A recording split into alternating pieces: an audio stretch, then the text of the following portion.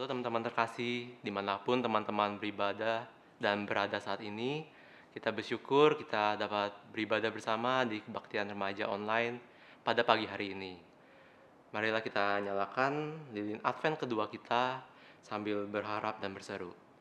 Sinarilah kami ya Allah, Sang Sumber kedamaian, sebab terang-Mu menghalau kegelapan dunia, mengundang setiap orang dalam jalan pertobatan, memanggil setiap orang untuk mengerjakan kebaikan.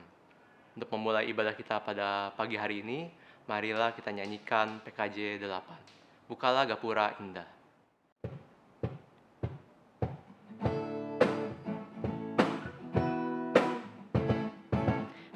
Bukalah gapura indah, aku masuk rumahmu, agar aku bahagia, jiwaku tenang teduh, dan ku pandang wajahmu dalam cahaya mulia.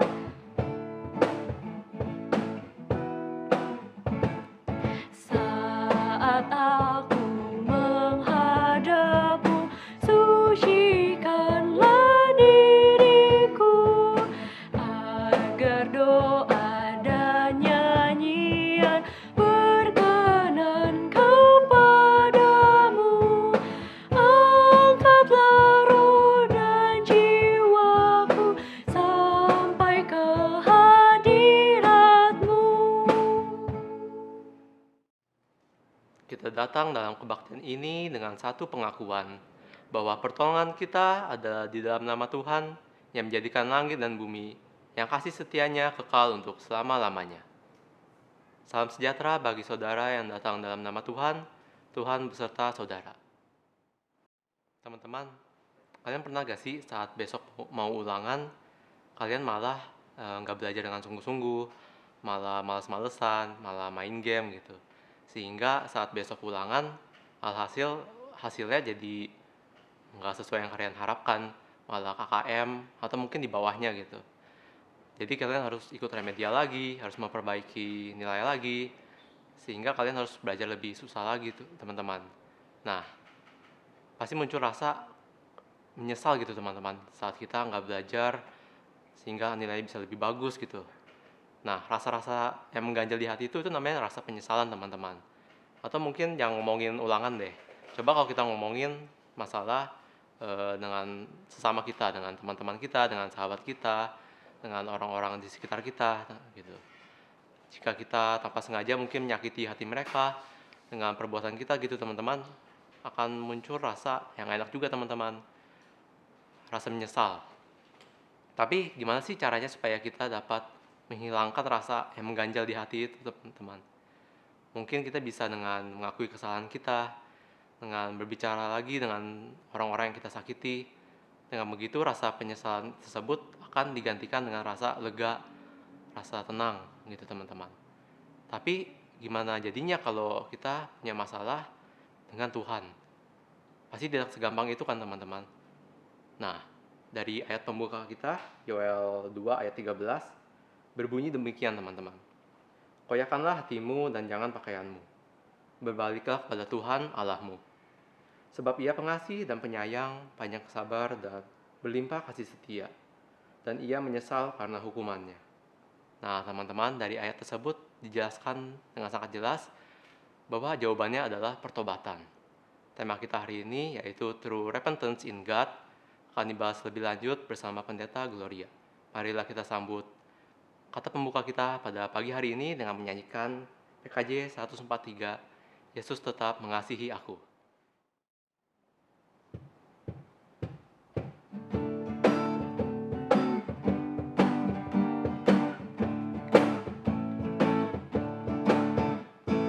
Yesus tetap mengasihi aku, kuasa gelap takkan memisahku, bahkan nyawanya Ia beri, kini ku miliknya.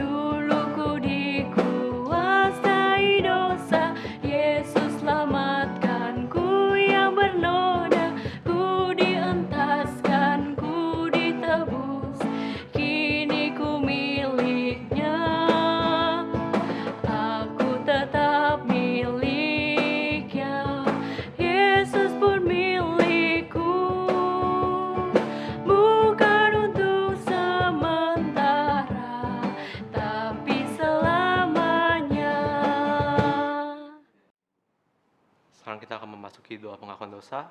Marilah kita siapkan hati kita bersatu dalam doa. Selamat pagi Tuhan, kembali lagi kami ke hadapan-Mu hendak mengakui dosa-dosa kami. Kami yang seringkali menyakiti hati orang di sekitar kami, baik teman, sahabat, atau mungkin orang-orang yang kami baru kenal. Kami yang kerap kabur dari kesalahan kami. Kami yang enggan mengakui atau bahkan menyadari setiap perbuatan kami. Kami mungkin lupa untuk turut menyerahkan hidup kami, pertobatan kami Tuhan ke dalam tangan-Mu. Maafkan kami ya Tuhan jika pertobatan kami tidaklah tercermin dengan sungguh-sungguh. Jika pertobatan kami hanya sekedar ucapan yang tiada makna, entah hanya sebuah pengakuan dosa yang penuh formalitas, atau hanya sekedar rutinitas. Engkaulah yang paling tahu Tuhan.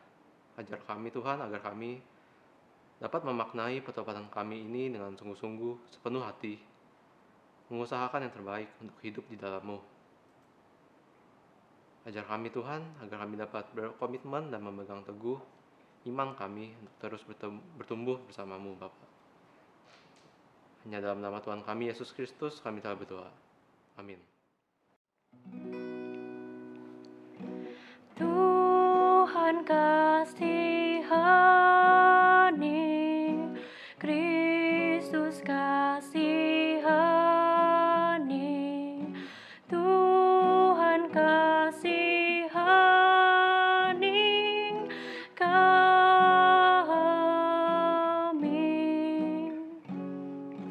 Tuhan kasihani, Kristus kasihani, Tuhan kasihani kami.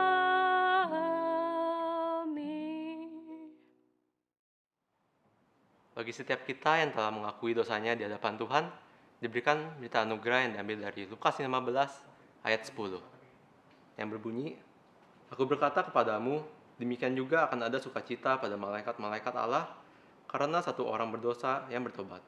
Demikianlah berita anugerah dari Tuhan. Syukur pada Allah.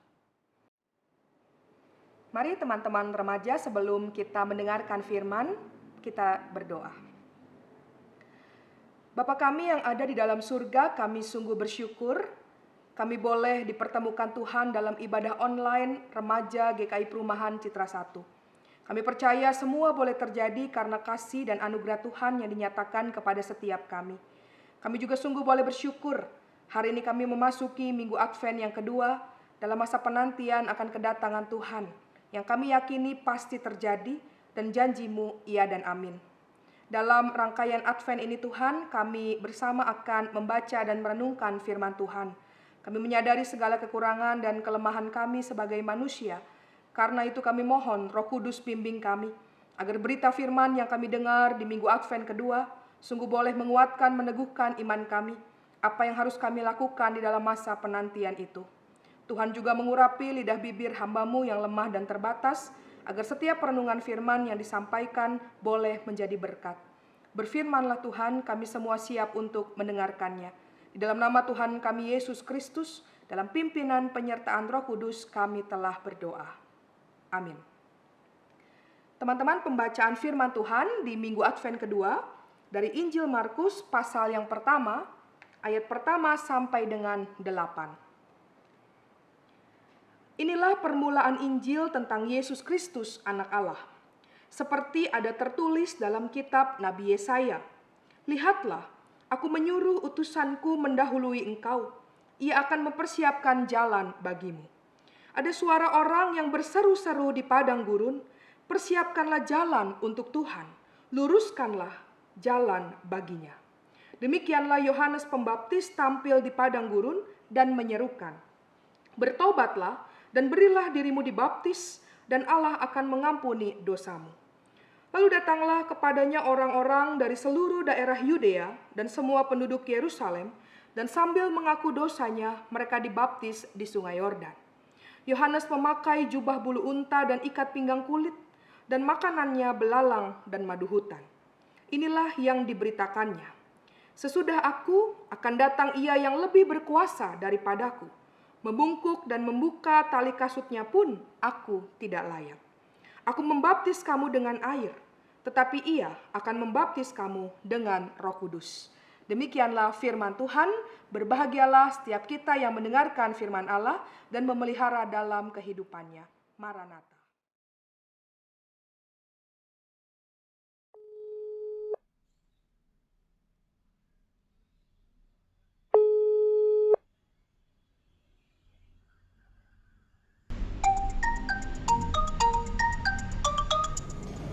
Halo, Bu.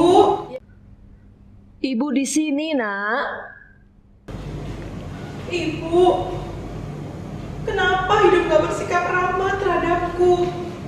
Kenapa hal-hal buruk terus menimpa aku? Kenapa Tuhan izinkan semua ini terjadi ya, Bu? Ibu tahu kamu stres karena virus corona di tubuhmu. Jangan terlalu dipikirin. Yang penting jaga kesehatan. Jaga kondisi tubuh. Kamu pasti bisa sembuh. Ibu gak ngerti. Sekarang bukan cuma aku yang kena COVID, Bu. Mas Danu dan Wawan juga udah ketularan. Suami dan anakmu juga kena corona. Nita gimana? Nita gak apa-apa, Bu. Kan dia lagi di Jogja kuliah. Aku, Mas Danu dan Wawan udah positif corona. Soalnya kami kan serumah. Mana rumahnya kecil. Semua ini dimulai dari aku, Bu. Aku yang salah. Aduh, kok ya jadi gini ya? Ibu prihatin. Tapi, ya bukan salahmu. Mungkin ini sudah kehendak dan rencana Tuhan nih. Bu, hidupku udah gak keruan. Ini kehendak Tuhan. Aku jadi paranoid. Takut menjalani hidup, Bu. Takut ngadepi kematian. Ini juga rencana Tuhan. Ibu ngerti, Nak. Kamu tuh lagi down banget. Waktu senang, pujilah Tuhan. Waktu susah, percayalah bahwa Allah turut bekerja dalam segala sesuatu. Untuk mendatangkan kebaikan bagi mereka yang mengasihi Dia. Bu, biar aku hafal di luar kepala Roma 8 ayat 28, tapi gak bikin imanku naik level kayak Nabi Ayub, Bu. Aku kan cuma orang biasa. Imanku juga biasa-biasa aja. Bisa jadi sekarang hidupmu nampak berat, sesak, sulit dan menyakitkan. Tapi Tuhan kan belum selesai denganmu. Sabarlah, Nak. Jalani dengan tetap berpengharapan. Ibu tahu sendiri, COVID itu ujungnya kematian. Aku, Mas Danu dan Wawan tinggal nunggu waktu. Siapa duluan yang dipanggil pulang? Buat apa ada pengharapan, Bu? Kalau hasilnya ngecewain. Ani, di mana semangat juangmu? Di mana imanmu? Boleh saja kamu diuji dengan segala kesusahan, dicoba dengan penderitaan, dicambuk dengan malapetaka. Tapi bukan alasan untuk menjauh dari Tuhan. Apa kalau punya iman hidupku baik-baik aja, Bu? Bebas dari masalah. Iman gak bikin masalah berhenti, tapi kasih kita kekuatan untuk menembus, melewati masa-masa yang paling sulit sekalipun. Hidupku, semangatku, imanku udah terpuruk, Bu. Aku gak mampu banget lagi. Apa yang kamu gak mampu, Tuhan mampu melakukannya. Udah capek, Bu. Aku udah gak kuat.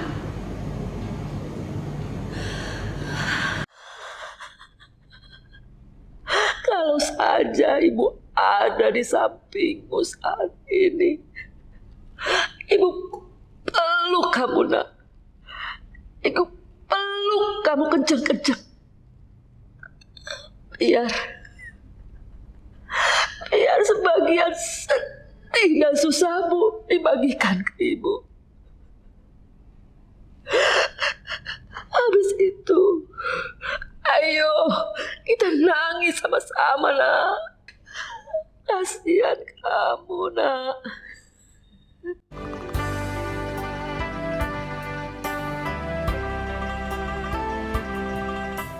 Coba nih, kamu renungkan dengan tenang pengalaman hidupmu berjalan bersama Tuhan. Coba diingat-ingat lagi kasih-Nya, kebaikan-Nya, kuasa dan pertolongan-Nya di sepanjang hidupmu. Aku salah. Aku lalai gak berjaga. Mestinya gak aku biarkan ya Bu, virus corona ini mengindas imanku. Bikin aku jadi tawar hati dan putus asa. Bertobatlah nak. Datanglah kepada Tuhan. Di dalam doa, keluh dan penyesalanmu, mohonlah pengampunannya. Iya Bu, aku mau bertobat dan aku mau berserah pada Tuhan Bu. Semoga Tuhan mau mengampuni aku ya Bu. Tuhan Yesus bilang, "Aku pun tidak menghukum engkau. Pergilah dan jangan berbuat dosa lagi." Ibu, Iya nak. makasih ya Bu. Udah ingetin dan dorong aku untuk bertobat dan berserah. Ibu doakan kamu, suamimu dan Wawan dapat melewati badai corona ini. Iya Bu, pasti Tuhan buka jalan ya Bu, dan beri kami kekuatan. Gimana situasi di sana Bu? Mas Anto dan keluarga sehat-sehat ya Bu? Titip salam aku ya. Pekalongan aman. Masmu dan keluarganya baik-baik saja. Udah dulu ya Nik. Ibu mau istirahat dulu. Iya Bu, Ibu istirahat ya. Ya Ibu.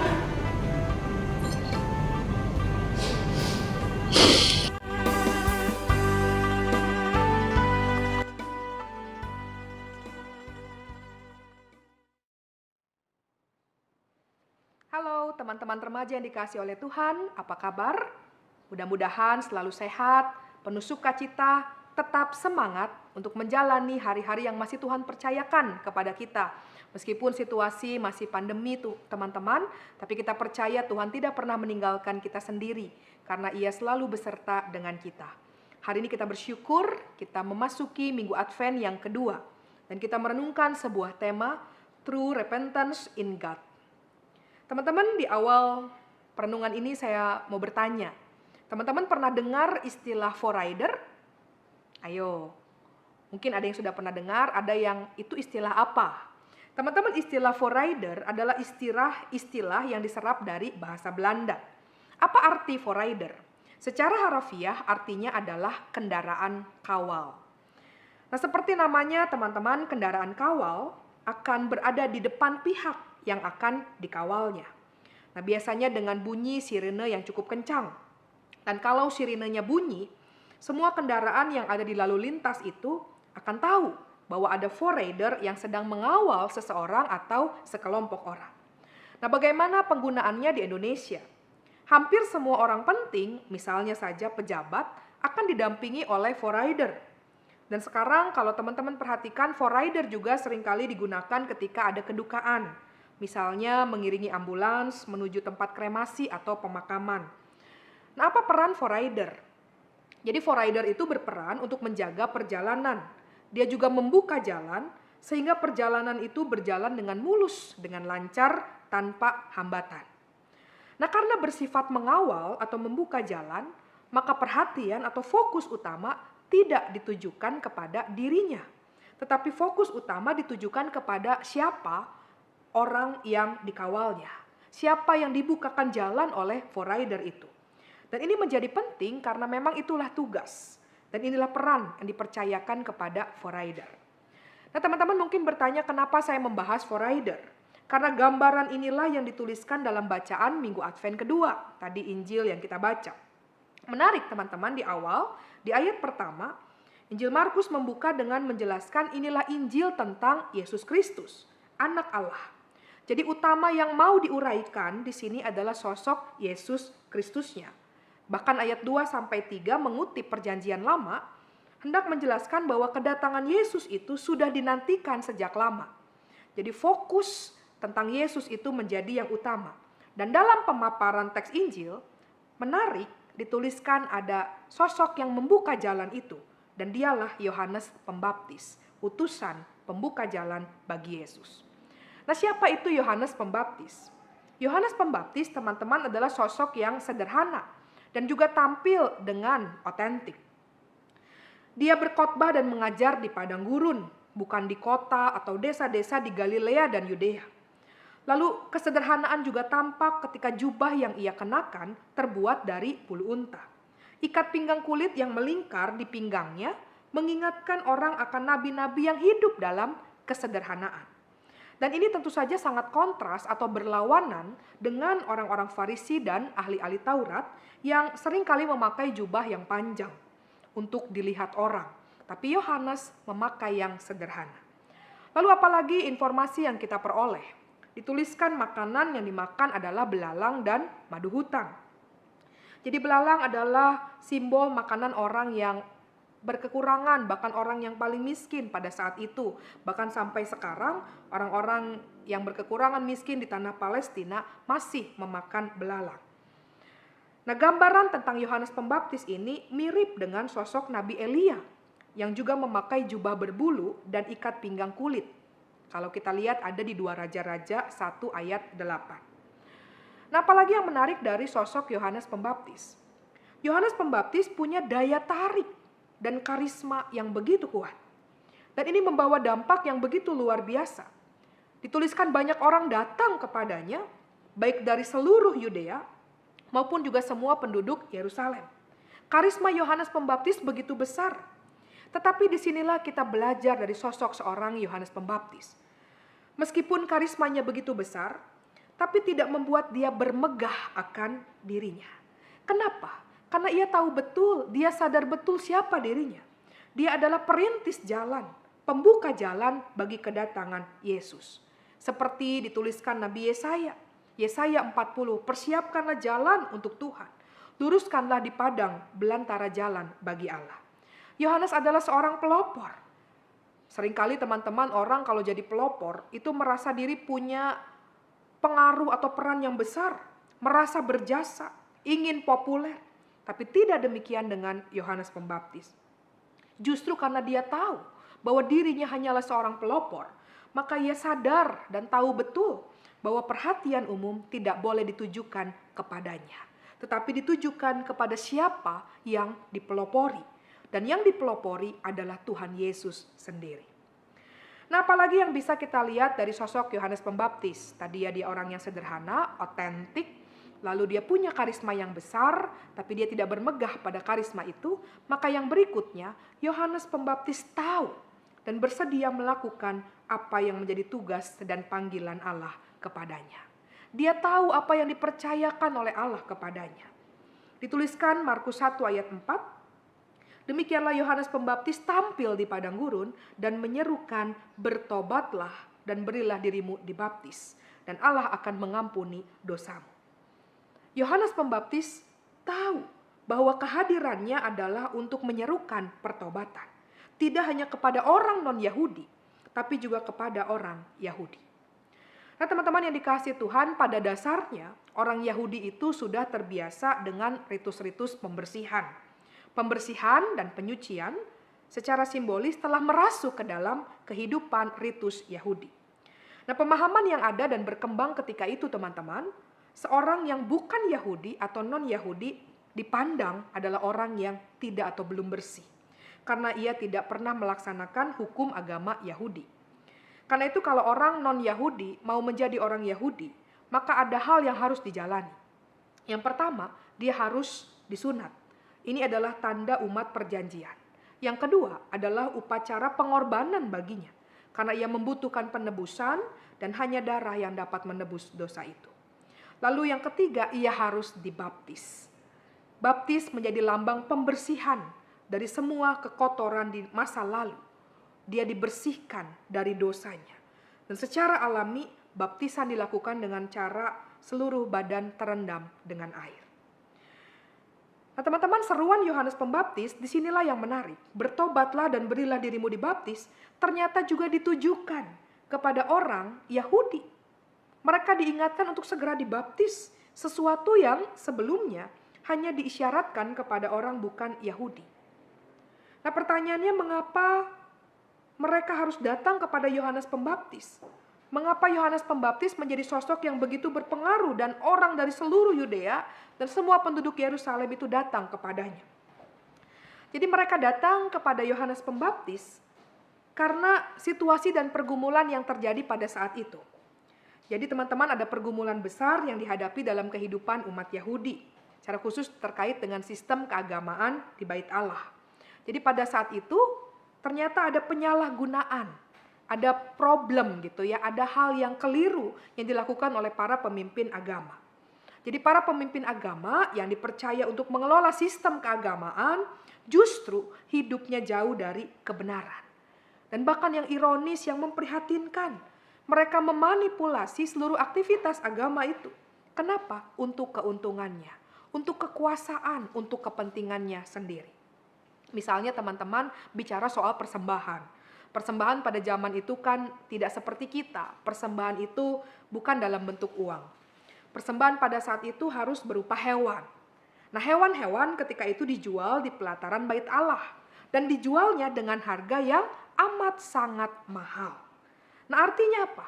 Artinya adalah Bait Allah hanya menjadi tempat beribadah untuk orang-orang berada saja. Pemimpinnya korup.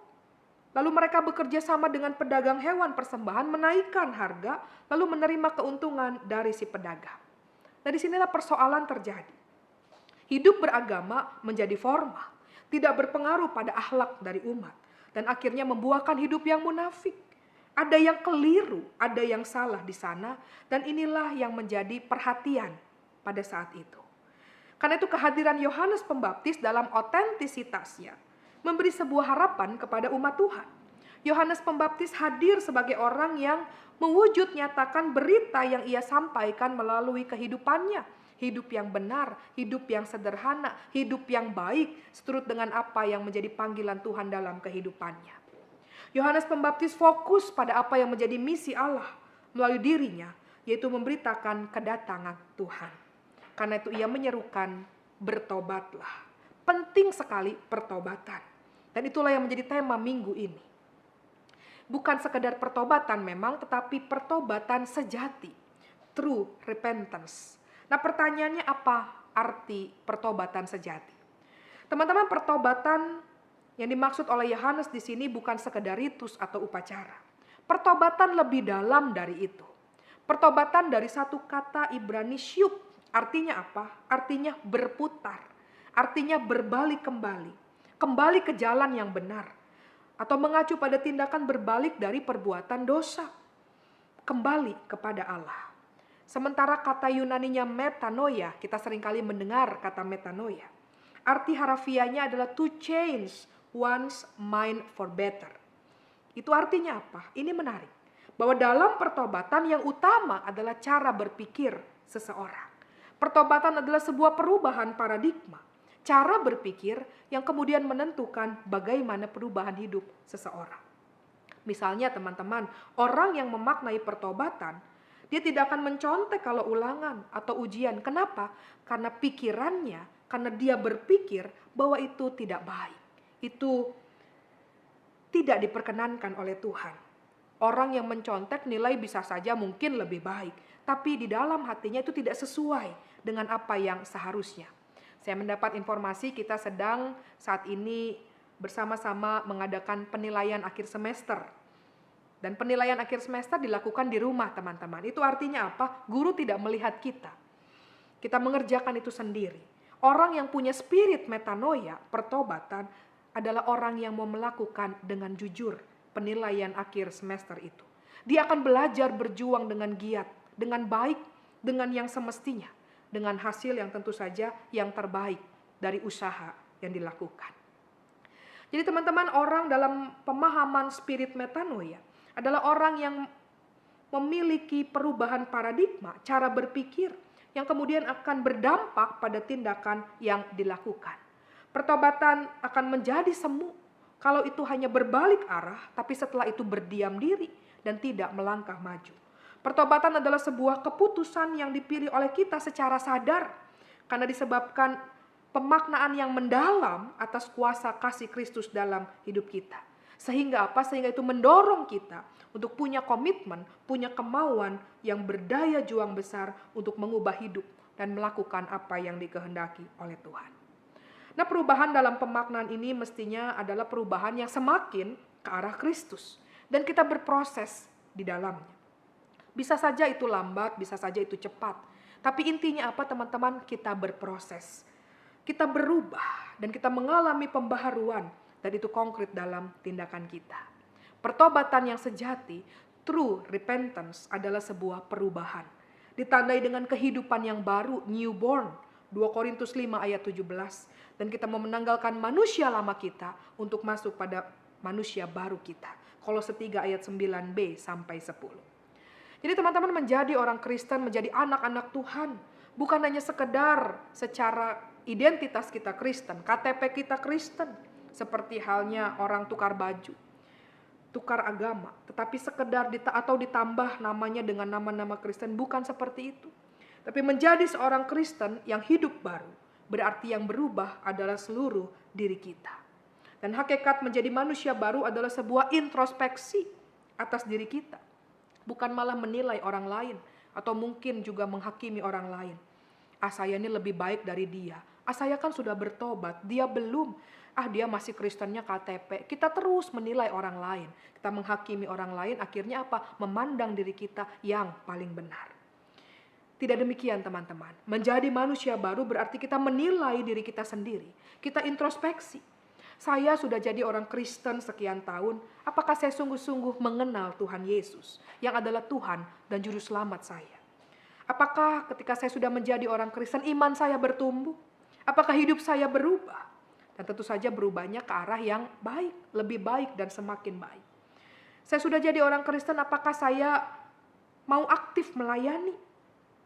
Apakah di tengah usia remaja saya mau berkomitmen untuk turut serta menjadi kawan sekerja Tuhan dalam pelayanan di gereja Tuhan? Apalagi sekarang dalam masa pandemi, teman-teman. Pertanyaannya, apa yang menjadi dan apa yang bisa kita lakukan sebagai bentuk kasih dan keterlibatan kita di tengah komunitas remaja? Tuhan kasih kita talenta untuk memuji memuliakan Dia. Tuhan kasih talenta kita main musik. Pertanyaannya, apakah kita pakai talenta itu untuk memuliakan Tuhan? Tuhan kasih talenta kepada setiap kita. Ada banyak anak remaja yang jago gitu ya, desain poster, ngedit secara digital, edit video. Pertanyaannya, apakah kita pakai talenta itu untuk melayani Tuhan? Apalagi situasi pandemi seperti ini yang membutuhkan pelayanan dari teman-teman sekalian. Nah, pertanyaannya, apakah ketika kita memaknai arti menjadi anak-anak Tuhan, maka kita juga tetap mau terus beribadah. Meskipun kita tidak berjumpa secara fisik, tetapi kita bertemu secara virtual. Dan itu berarti kita berjumpa dengan Tuhan dan berjumpa dengan sahabat-sahabat kita dimanapun kita berada. Ibadah online, doa online, sekarang ada TTS juga online gitu ya, time to share atau pelawatan online. Apakah kita mau terlibat? Ketika kita bertanya dan menggumuli ini, itulah makna hidup baru. Hidup baru berarti kita menanggalkan manusia lama, kita siap mengalami dan menjalani hidup yang diubahkan oleh Tuhan. Dan itu terwujud dalam tindakan yang terbaik yang bisa kita lakukan. Kalau orang menyatakan hidup baru teman-teman, tapi tidak diwujudkan dalam tindakan, apalagi malah kembali pada hidup yang lama, maka istilah yang muncul itu tomat gitu ya. Tomat itu apa? Tobat terus kumat lagi. Nah kan semuanya menjadi sia-sia. Pertobatan mestinya terus nyata dalam tindakan kita. Nah dalam hidup bergereja kita, pertobatan itu dinyatakan ketika umat Allah memberi diri untuk dibaptis. Memberi diri dibaptis berarti kita mengambil keputusan untuk meninggalkan dosa dan masuk ke dalam kasih yang dianugerahkan oleh Allah. Seperti ketika kita mandi begitu ya, atau ada pembasuhan, air menjadi simbol kita dibersihkan dari dosa yang kita perbuat. Dan kita masuk pada kehidupan bersama dengan Dia. Hidup mau dituntun oleh Tuhan. Teman-teman, dalam kebaktian umum pada hari ini di 6 Desember, ada sahabat-sahabat teman-teman kita yang dibaptis dan mengaku percaya. Dulu waktu anak-anak, mereka juga sudah ada yang dibaptis, tapi itu pengakuan iman dari orang tua. Tapi sekarang mereka sudah dewasa, maka itu pengakuan iman secara pribadi, keputusan pribadi dan tidak bisa diwakilkan lagi. Nah karena sudah semakin dewasa, maka kita sudah tidak bergantung pada orang tua. Kita membuat dan menentukan keputusan sendiri. Tentu nasihat orang tua tetap didengarkan. Hormat kepada orang tua harus kita lakukan. Jangan sampai karena merasa dewasa maka semau-mau kita. Bukan. Tetapi ada hal yang harus dipertanggungjawabkan dalam iman kita yang dewasa itu di dalam Tuhan. Karena itu bagaimana kehidupan yang kita jalani ke depan, itulah yang utama. Hidup orang Kristen yang sudah mengalami anugerah dari Tuhan, harus kita responi dengan syukur dan kesediaan untuk bertanggung jawab di dalamnya. Bukan hidup yang asal-asalan. Tapi seringkali kan persoalan yang muncul teman-teman, orang mengaku percaya, orang dibaptis, lalu kemudian merasa itu semua selesai. Wah saya sudah selesai katekisasi, saya sudah selesai dibaptis, jadi enough. Bukan itu. Seringkali ada orang merasa sudah selesai, lalu ada jaminan yang otomatis diterima, jadi nyantai aja dalam hidup. Bukan. Tidak boleh demikian. Tapi justru ketika kita sudah dibaptis, mengaku percaya, memberi diri menjadi pengikut Kristus, maka kita harus memaknai hidup yang bertanggung jawab. Anugerah yang Tuhan beri adalah anugerah yang mahal, bukan anugerah murahan. Karena itu bagaimana kita mempertanggungjawabkan hidup dan iman kita kepada Kristus, inilah yang penting kita perhatikan. Ibaratnya teman-teman asuransi, itu menjadi jaminan buat kita bukan? Tapi tentu saja kita harus bayar juga premi asuransinya, itu tanggung jawab kita. Jadi sama dengan panggilan hidup kita sebagai orang percaya, sudah menerima anugerah keselamatan dari Tuhan, mari responi itu dalam kesempatan untuk melakukan yang terbaik. Melakukan apa yang sudah Tuhan percayakan kepada kita dalam kesempatan yang Tuhan berikan. Jangan pernah sia-siakan. Teman-teman yang dikasihi oleh Tuhan, hari ini kita memasuki minggu Advent yang kedua. Makna Advent selalu berkisar pada belum dan sudah dan belum. Artinya apa? Pada satu pihak kita mengimani, kita meyakini bahwa Yesus sudah datang. Terrealisasi dalam diri Yesus Kristus, rupa bayi ribuan tahun lalu, dan kita memperingatinya, merayakannya dalam momen Natal sebentar lagi. Tapi pada pihak lain teman-teman, kita juga meyakini bahwa ia belum datang. Kita masih menantikan kedatangannya kembali untuk yang kedua kalinya. Pengakuan iman kita menyatakan bahwa ia akan datang kembali sebagai hakim yang mengadili umat manusia. Oleh karena itu, di tengah masa penantian ini, maka kita diingatkan bagaimana kita mengisi waktu terbaik kita. Bagaimana kita menyambut, mempersiapkan diri, menyongsong, menanti kedatangan Tuhan yang kita tidak ketahui kapan waktunya dengan hidup yang bertanggung jawab. Dan dalam mempersiapkan itu kita belajar dari seruan Yohanes Pembaptis. Yohanes Pembaptis membangkitkan kembali makna penantian. Bahwa penantian mestinya dijadikan kesempatan bagi kita untuk melakukan persiapan yang konkret tampak dalam pertobatan. Kita mengubah cara berpikir, change one's mind tadi, yang tampak dalam buah pertobatan yang kita lakukan. Teman-teman, jika kita menanti dalam persiapan, bukan saja menjauhkan manusia dari rasa jenuh, tapi juga akan mendekatkan manusia pada akhir penantian itu. Dan ketika waktunya tiba, kita siap. Dan kita bisa mempertanggungjawabkan apa yang kita perbuat. Tidak menunda lagi. Karena itu seperti tema hari ini, maknailah pertobatan sejati. Pertobatan sejati konkret ketika kita terus mengarahkan atau fokus hidup kita hanya kepada Dia. Dia yang utama dalam hidup kita. Lalu juga pertobatan sejati adalah kita mau mengubah cara berpikir yang lama, mungkin yang tidak sesuai dengan kehendak Allah, tapi kita mau hidup seturut dengan apa yang menjadi kehendak Dia. Dan konkretnya adalah kita mempraktekkan itu dalam buah-buah yang kita lakukan sebagai buah pertobatan di tengah usia muda kita. Tidak mudah teman-teman, tapi saya percaya bukan tidak mungkin kita bisa melakukannya. Kenapa? Karena Roh Kudus menyertai kita. Selamat memaknai Minggu Advent yang kedua. Selamat hidup menghasilkan buah, dan semuanya kita tujukan kembali dan kita kembalikan hanya untuk kemuliaan nama Tuhan. Tuhan memberkati.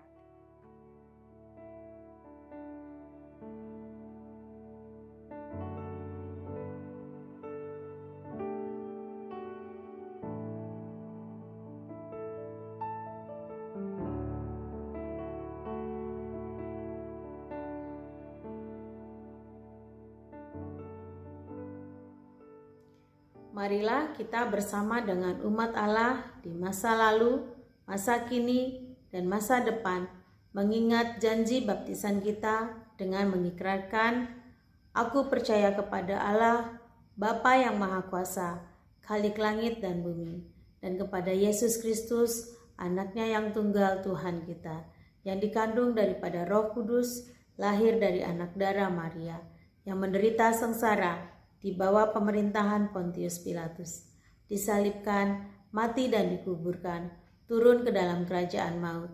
Pada hari yang ketiga, bangkit pula dari antara orang mati, naik ke surga, duduk di sebelah kanan Allah, Bapa yang Maha Kuasa. Dari sana Ia akan datang untuk menghakimi orang yang hidup dan mati. Aku percaya kepada Roh Kudus, gereja yang kudus dan am, persekutuan orang kudus, pengampunan dosa, kebangkitan orang mati, dan hidup yang kekal. Amin. Kita bersama menaikkan doa syafaat. Mari kita berdoa. Kami datang menyatukan hati kami, menaikkan doa-doa syafaat. Kami berdoa bersyukur untuk perenungan firman yang mengingatkan kami bahwa di dalam masa penantian ini, kami belajar untuk memaknai arti pertobatan, seperti yang Engkau kehendaki untuk kami lakukan sebagai anak-anak Tuhan. Kami menyadari itu bukanlah hal yang mudah, tapi kami percaya Roh Kudus akan menolong kami, memampukan kami untuk bisa melakukannya. Dalam doa bersama kami Tuhan, kami juga bersatu hati berdoa untuk rangkaian masa Advent hingga Natal yang berlangsung, secara khusus di gerejamu di mana kami berada dan melayani. Tuhan memberkati supaya seluruh rangkaian acara yang dipersiapkan oleh panitia sungguh boleh memperjumpakan kami dengan Tuhan dan juga sungguh boleh membuat iman kami terus bertumbuh dalam pengharapan akan Tuhan yang kami yakini di dalam Tuhan Yesus Kristus lahir untuk keselamatan kami semua. Dalam doa ini Tuhan, kami juga berdoa untuk seluruh aktivitas bergereja Tuhan di dalam masa pandemi COVID-19. Tuhan memberkati supaya seluruh rangkaian kegiatan dan persekutuan yang terjadi boleh tetap membuat iman kami bertumbuh dan membuat kami juga boleh tetap memiliki spiritualitas yang teguh kepada Tuhan. Tuhan tolong secara khusus juga untuk persekutuan kami di remaja, agar kendati pandemi terjadi kami juga boleh tetap dipertemukan oleh Tuhan, kami tetap disatukan oleh Tuhan melalui setiap kegiatan virtual yang berlangsung. Kami juga berdoa Tuhan saat ini untuk pergumulan teman-teman kami, mereka yang bergumul dalam keadaan sakit, mereka yang lemah secara tubuh, mereka yang tengah membutuhkan penanganan, perhatian, perawatan baik di rumah ataupun di rumah sakit. Tuhan memberkati supaya mereka dipulihkan oleh Tuhan, sehingga mereka dapat melanjutkan hari yang Tuhan percayakan di dalam kehidupan yang masih Tuhan anugerahkan kepada mereka. Kami juga berdoa Tuhan saat ini untuk setiap orang tua kami, mereka yang bekerja mencari nafkah, mereka yang sudah bekerja di luar rumah, atau mereka yang masih bekerja di dalam rumah. Tuhan memberkati supaya orang tua kami juga dapat melakukan setiap tugas tanggung jawab, setiap peran yang Tuhan percayakan dengan baik. Kami berdoa Tuhan bagi setiap mereka yang terkena dampak ekonomi karena pandemi yang terjadi. Biarlah mereka juga boleh tetap diberikan semangat, daya juang untuk bisa melakukan yang terbaik yang Tuhan percayakan kepada mereka. Kami juga berdoa untuk setiap kami dalam studi kami masing-masing, kami yang harus bersekolah dari rumah, belajar dari rumah. Berikan kami semua juga hikmat dari Tuhan untuk bisa melakukan tanggung jawab yang Tuhan percayakan kepada kami sebagai para murid, siswa-siswi di sekolah kami masing-masing. Kami berdoa Tuhan saat ini juga untuk kehidupan bangsa dan negara kami Indonesia. Di tengah situasi yang terjadi karena pandemi COVID yang masih terus berlangsung sampai saat ini, kami tetap berdoa bagi pemerintah bangsa kami. Tuhan memberkati supaya Bapak Presiden, Wakil Presiden, segenap menteri, staf, pemerintah pusat sampai daerah dapat menentukan kebijakan yang tepat, yang terbaik untuk kehidupan warga masyarakat di Indonesia ini. Tuhan juga terus memberikan kebijaksanaan, kearifan, agar mereka dapat membangun bangsa ini menjadi bangsa yang terus mengutamakan kepentingan warga masyarakat dan juga menjadi berkat. Terima kasih Tuhan untuk anugerah, kasih setia yang Tuhan nyatakan kepada kami. Kami akan memasuki satu pekan yang baru dalam segala kegiatan, aktivitas, pekerjaan, studi, pelayanan. Kami tidak tahu Tuhan apa yang terjadi di hari esok, tapi satu hal yang kami tahu, yang kami percaya, ada Tuhan Yesus yang berjalan bersama dengan kami. Inilah doa kami Bapa yang jauh dari sempurna, yang kami alaskan dalam nama Tuhan kami Yesus Kristus, Tuhan dan Juru Selamat kami yang hidup, kami berdoa. Amin. Marilah dengan penuh sukacita kita menyatakan syukur atas kebaikan Tuhan melalui persembahan dengan mengingat firman Tuhan pada Mazmur 54 ayat 8. Dengan rela hati, aku akan mempersembahkan korban kepadamu. Bersyukur sebab nama-Mu baik ya Tuhan. Persembahan dapat kalian simpan di dalam amplop dan dapat dikumpulkan ketika ibadah onsite telah dimulai atau dilakukan. Atau dapat juga ditransfer ke rekening GKI Perumahan Citra 1. Marilah kita bawa persembahan kita di dalam doa. Bapa, kami mengucap syukur atas berkat dan anugerah yang Engkau limpahkan dalam kehidupan kami. Ya Bapa, pada saat ini kami datang membawa persembahan. Biarlah Tuhan kiranya Engkau layakkan dan kuduskan persembahan ini agar dapat menjadi persembahan yang harum. Ya Bapa, Engkau berkati juga majelis jemaat yang mengelolanya agar persembahan ini dapat memperbesar kerajaan-Mu. Hanya di dalam nama Tuhan Yesus Kristus kami mengucap syukur dan berdoa. Amin.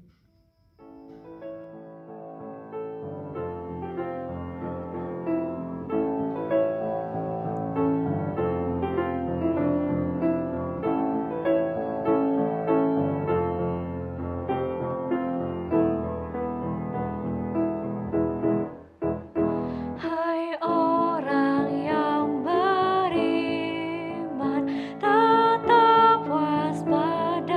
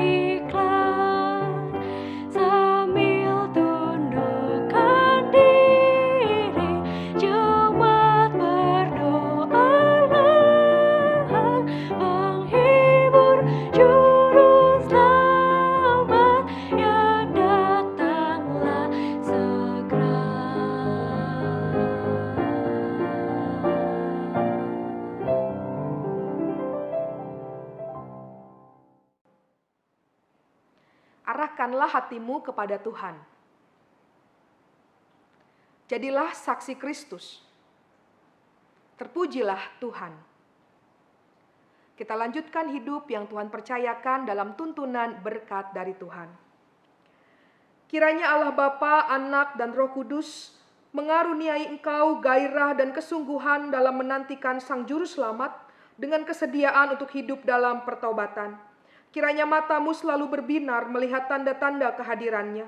Kiranya hatimu meluap-luap dengan semangat untuk mewartakan cinta dan keselamatan yang Ia anugerahkan. Juga tangan dan kakimu dengan kekuatan untuk berkarya dan membuka jalan baginya. Amin.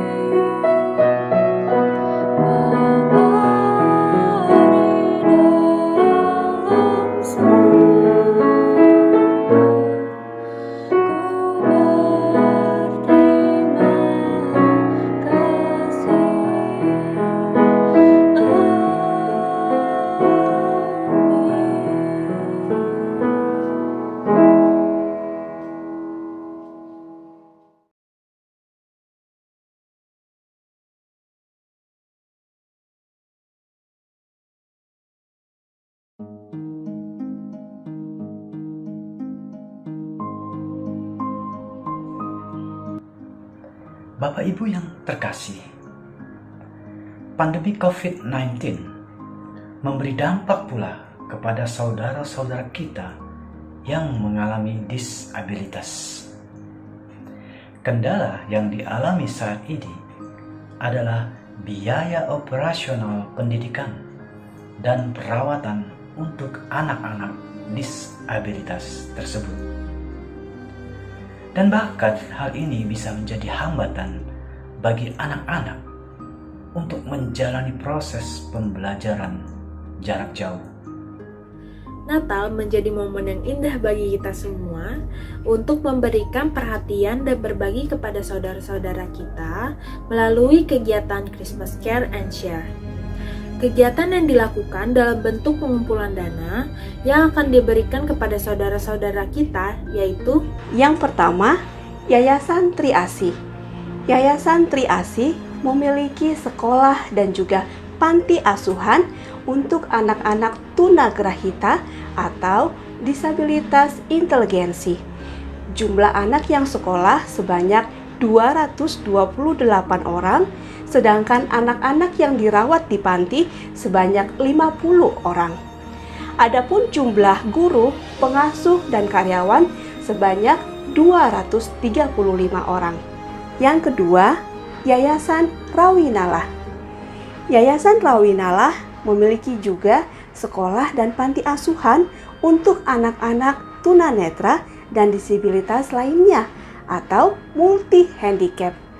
Adapun anak-anak yang sekolah sebanyak 64 orang, sedangkan anak-anak yang dirawat di panti sebanyak 12 anak. Adapun guru, pengasuh, serta karyawan semuanya berjumlah 62 orang. 3. Panti Werdahana. Selama masa pandemi ini, tidak ada yang berkunjung ke Panti Werdahana.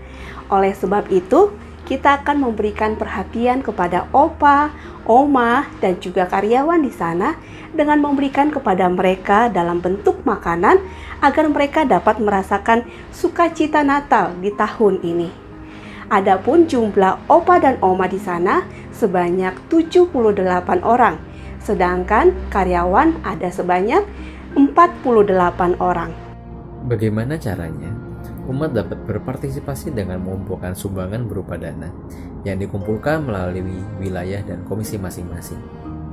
Pengumpulan dana dapat dilakukan hingga Selasa 15 Desember 2020. Mari kita memberikan yang terbaik bagi Tuhan kita melalui Christmas Care and Share, sehingga saudara-saudara kita dapat merasakan sukacita Natal.